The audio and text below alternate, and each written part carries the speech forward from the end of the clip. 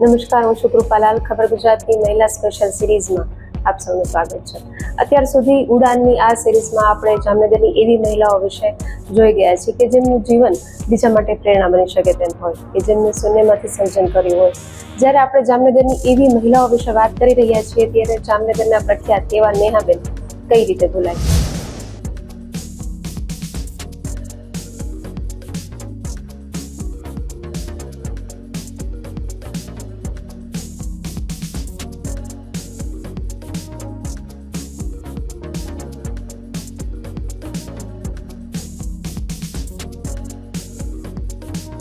ત્યારે આજે ખબર ગુજરાત આવી પહોંચ્યું છે નેહાબેનના આંગણે. તો ચાલો તેમના આ સંઘર્ષ અને તેમની આ સફર વિશે તેમની સાથે વાતચીત કરીએ. ખબર ગુજરાતમાં આપનું સ્વાગત છે નેહાબેન. તો સૌથી પહેલા તમારા વિશે થોડુંક જાણીએ. તો આમ તમે કયા ગામના છો અને જામનગરમાં કેટલા વર્ષથી છો? હું છું અમદાવાદની છું અને મારા મેરેજ જામનગરમાં થયા. એટલે 2011માં મારા મેરેજ થયા હતા. ત્યારથી પછી અહીંયા જામનગરમાં જન્મ લીધો. અને પરિવારમાં હાલ કોણ કોણ છે? પરિવારમાં મારા હસબન્ડ છે, મારો દીકરો છે, મારા સાસુ છે અને 4 જણાની ફેમિલી છે.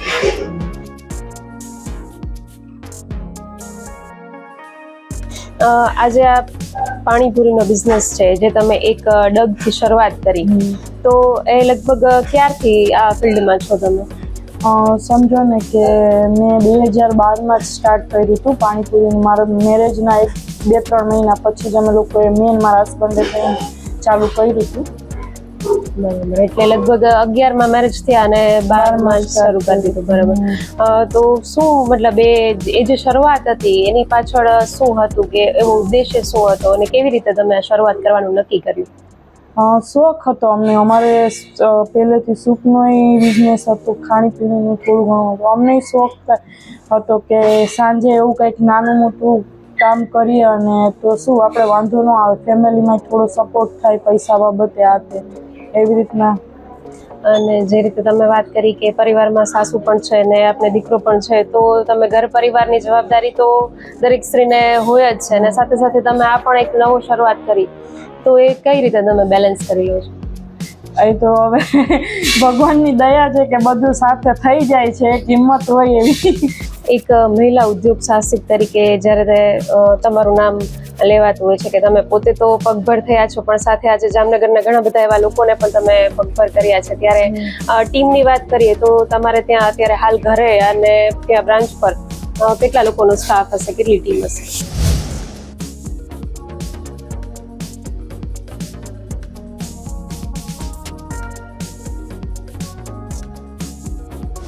ઘરે અત્યારે મારે 5 જણાનો સ્ટાફ છે અને દુકાન અમારા જે બ્રાન્ચ ઉપર છે એમ ત્યાં 11 જણાનો સ્ટાફ છે અત્યારે અમારે.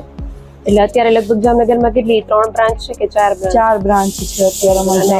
કઈ કઈ સ્થાન ઉપર છે તમારી? એક તો પટેલ કોલોની 3 નંબરમાં છે, જોગસ પાર્ક છે, અને તળાવની પાડે હમણાં નવું છેલ્લે કર્યું, અને ચોથી છે એ એસટી રોડ ઉપર મયુર મેડિકલની સામે છે. તો આ જે છે 4 બ્રાન્ચ તમે પોતે જ મેનેજ કરો છો કે તમે કઈ ફ્રેન્ચાઇઝી આપેલી છે? ના, બધી જ બ્રાન્ચ આપણી છે અને અમે પોતે જ અમારું ઘરેથી બધું એક સાથે જ બધું સામાન બનાવી અને 4 બ્રાન્ચ ઉપર પહોંચાડીએ છીએ.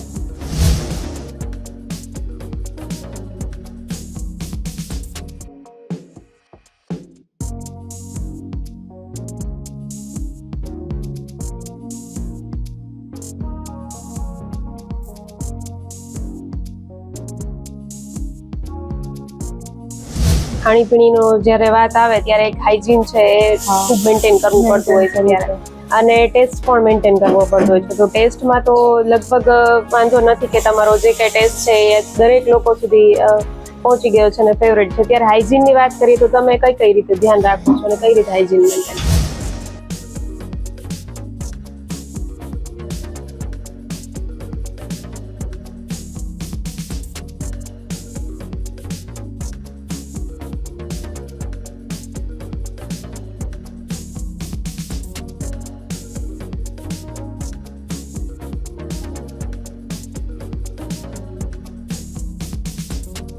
તો જે પાણી છે એ મેન અમારું તો પાણીપુરીનું છે. તો પાણીમાં બી કઈ ક્વોલિટીનું પાણી વાપરવું, તો આપણે છે ને કેંગન વોટર વાપરીએ છીએ પાણીમાં, અને પ્લસ કે બધું હાઇજેનિક, એટલે કે આપણે છે ને ઘરે જ બનાવીએ છીએ, એવું નહીં કે હાવ આમ એવી જગ્યા ઉપર. અમારું ઘર બી તમને જોયું તો તમને કેવું લાગે, એટલે એવી રીતના બધું. અને શોપ ઉપર બી અમે માણસોને ગ્લોવ્સ પહેરાવીએ છીએ, માથા ઉપર કેપ પહેરાવીએ છીએ, પ્રોપરલી હાઇજેન મેન્ટેન થાય એવું અમારા તરફથી પ્રયત્ન કરીએ છીએ કે લોકોને સારું ફૂડ આપી શકીએ. આજે 2012થી જ્યારે આ સફરની શરૂઆત થઈ છે અને આજે 26માં આપણે છીએ, ત્યારે આ વર્ષો દરમિયાનની વાત કરીએ તો ઘણા બધા પડકારો અને ઘણા બધા એવા અનુભવો પણ થયા હશે.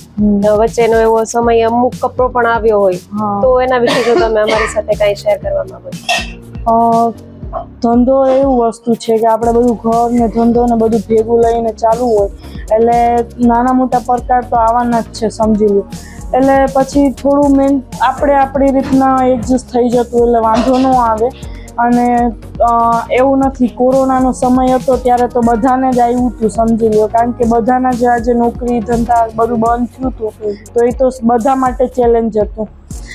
તમારી સાથે સાથે જ્યારે તમારા હસબન્ડ છે એમને પણ આ જ બિઝનેસ છે, તો કોરોનાનો સમય હતો ત્યારે લગભગ એવું હતું કે આ બંને બિઝનેસ ઉપર ક્યાંક ને ક્યાંક અસર પડે એમ.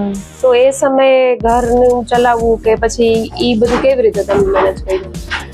વાંધો નહોતો આવ્યો. થોડું ઘણી અમારી બચત હતી, તો એટલો ટાઈમ અમારો નીકળી ગયો કે અમારા ફેમિલીમાં કે કાંઈ ઇશ્યુ બી નહોતો થયો એવું કોઈ જાતનો. કારણ કે ઘણાના ફેમિલીમાંથી ઘણું લોસ થતું હતું, પણ ભગવાનની દયા હતી કે આપણે થોડીક બચત હતી અને બધાનું સ્વાસ્થ્ય બી સારું હતું, તો એ બાને અમારો એ ટાઈમ પણ નીકળ્યો.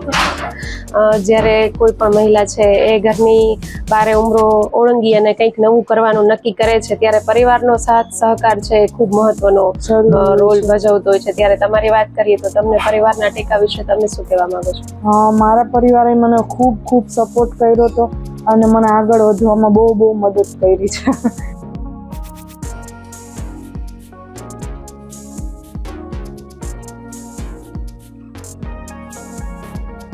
તમને કેવું લાગે છે જ્યારે તમે નેહાબેનના હસબન્ડ તરીકે ઓળખાવ છો, તો તમે એના વિશે શું કહેશો નેહાબેન, અને એમની સફર વિશે શું કહેશો?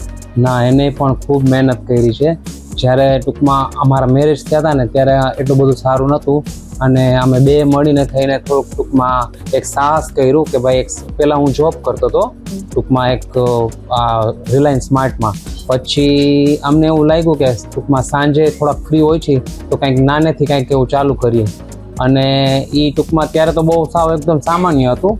અને ત્યારે આવી રીતે કોઈ લેડીઝ, આજે 2011ની વાત કરીએ ને ત્યારે કોઈ લેડીઝ ટૂંકમાં એટલું બધું આટલું નહોતું કે લેડીઝ બધા ટૂંકમાં રોડ ઉપર બિઝનેસ કરતા હોય ને એવું. અને અમે બે સ્ટાર્ટ કર્યું ત્યારે ઘણા બધા લોકો વાતો કરતા હોય કે આ શું ટૂંકમાં આમ રિલેટિવ કોઈ એવી રીતે કોઈક વાત કરતું હોય, પણ સાહસ કરીને કર્યું અને એને પણ ખૂબ મહેનત કરી છે. અને ત્યારે તો પહેલાં તો એવું હતું કે પહેલાં તો અમે જ બધું કરતા, કે ત્યારે કોઈ ઘરે પણ સ્ટાફ નહોતો, અને જ્યાં અમે પાણીપુરી વેચી ત્યારે ટૂંકમાં બધું જ અમે જ કરતા. ઘરની રસોઈ કયો કે ટૂંકમાં બધી જ વસ્તુ બનાવવાનું કરવાનું બધી જ રીતે બધું અમે કરતા, અને ખૂબ મહેનત કરી છે. અને હવે થોડુંક નિરાશ છે એટલે વાંધો નથી. તમારો આપણે જનરલી જોઈએ છે કે ખૂબ એવો સાથ સહકાર હોય જ છે એમને એમ, તો તમે શું માનો છો જ્યારે કોઈ પણ સ્ત્રી છે એ નીકળે છે જ્યારે ઘરની બહાર, ત્યારે એક હસબન્ડ તરીકે શું ફરજ હોવી જોઈએ? તમે શું કહેવા માંગો છો? ના, એની સાથે આપણે સાથ દેવો જ પડે આપણને, કારણ કે એ આપણા માટે આટલું કરતી. ઘણા લોકો ટૂંકમાં એવું માનતા હોય કે ઘણી વખત કોઈ બહાર નીકળવા ના દેતો હોય, કોઈ બિઝનેસ કરવા ના દેતો હોય, પણ ખરેખર કરવું જ જોઈએ. આજે બે મળીને સાથે જે કરીએ ને એ ઘણો ધંધો આગળ લઈ જઈ શકીએ સાથે મળીને, અને એ બિઝનેસ સક્સેસ જાય જ ટૂંકમાં બેયનો સપોર્ટ હોય ને તો. અત્યાર સુધીમાં તો આપણે બિઝનેસને લઈને કે ફેમિલીને લઈને ઘણી બધી વાત કરી, પરંતુ મેં એ પણ જોયું છે કે તમે સોશિયલ મીડિયામાં પણ ઘણા બધા એક્ટિવ છો. તો કેવું લાગે છે કે જ્યારે લોકો આપણને જોઈને આપણી સાથે એક સેલ્ફી લેવા માટે કરે છે અથવા તો કોઈ ઇન્ટરવ્યૂ લેવા આવે છે, ત્યારે કેવું ફીલ થાય છે?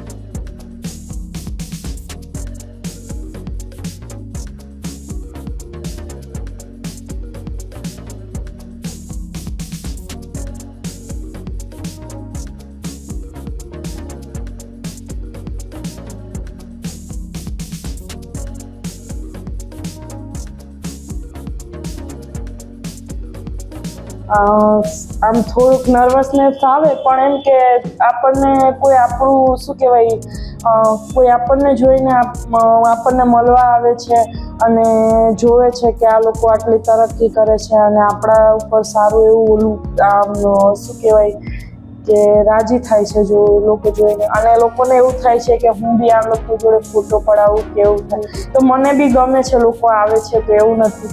અને હરેક વ્યક્તિ આવે છે તો મને બી એના સાથે ફોટો પડાવવાનું અને મને બી મન થાય છે, એવું કંઈ નથી, પણ મજા આવે એમ. એક તમારો નેચર ખૂબ સરસ છે અને એકદમ મળતાવડો સ્વભાવ છે.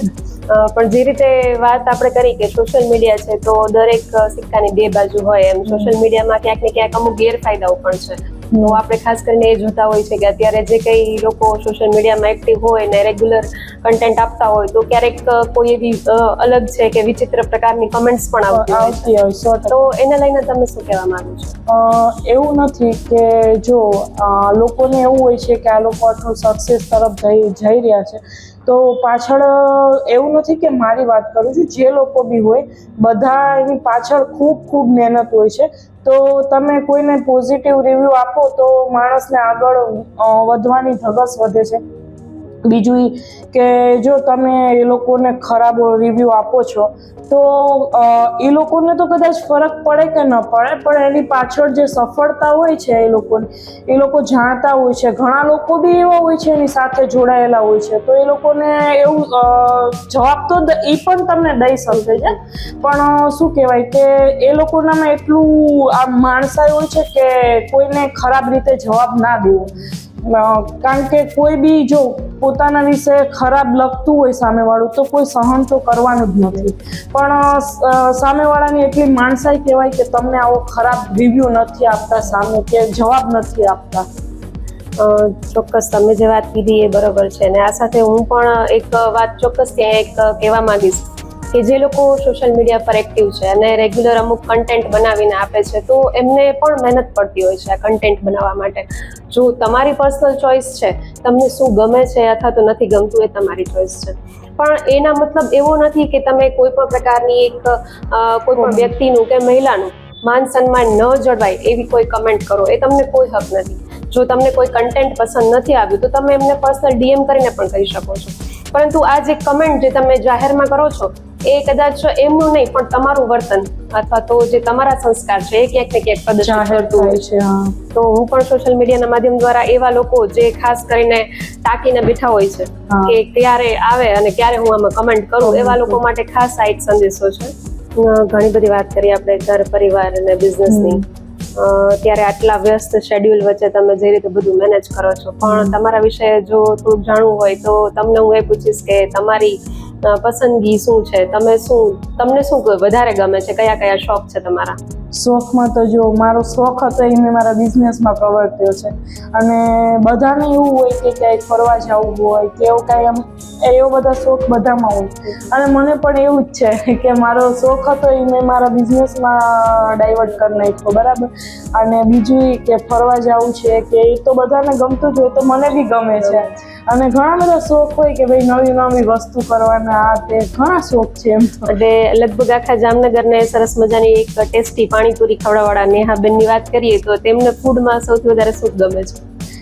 ફૂડમાં તો મને પાણીપુરી તો ઠીક છે, પણ ઢોસા ને એવું બધું વધારે ભાવે, તો હું ઘરે અવારનવાર બનાવતી હોઉં છું એવું બધું, એટલે